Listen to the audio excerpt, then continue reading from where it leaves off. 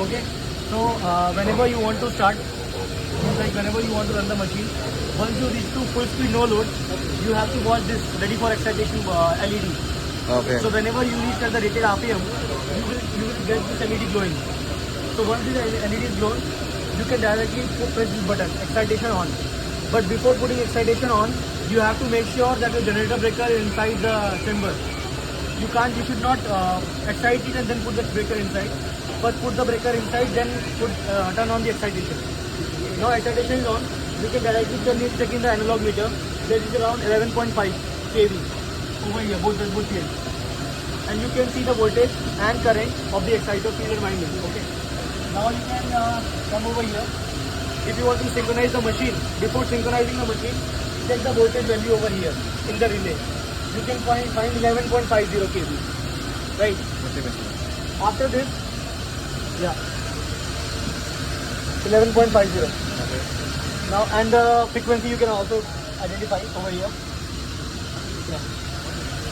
Now, once we are moving towards the synchronization, first we have to see which mode of synchronization we want to do. From local means from the panel itself, and from remote, from DCS. DCS in the sense our TCC, our 3000 system. So, for example, we select local. So, local means we are syncing it from here. Then we select the breaker. Which breaker you want to select? In our schematic, we have given two breaker synchronization, CB1 and CB2. So for now, we are synchronizing CB1. CB1 is our generator circuit breaker. So we select CB1. Once we select CB1, then we are getting voltage and frequency, because as per the feedback of this, there are multiple contactors. Those contactors will contact and they will give the voltage throughout the circuit. Okay.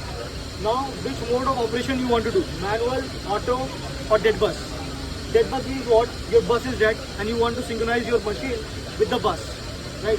And right now my bus is live, so I will go for manual or auto. So let's say I put on manual. So on manual, everything is okay. Okay. Now you put this on. So what will happen? After putting this on, you will get the synchronoscope active, right?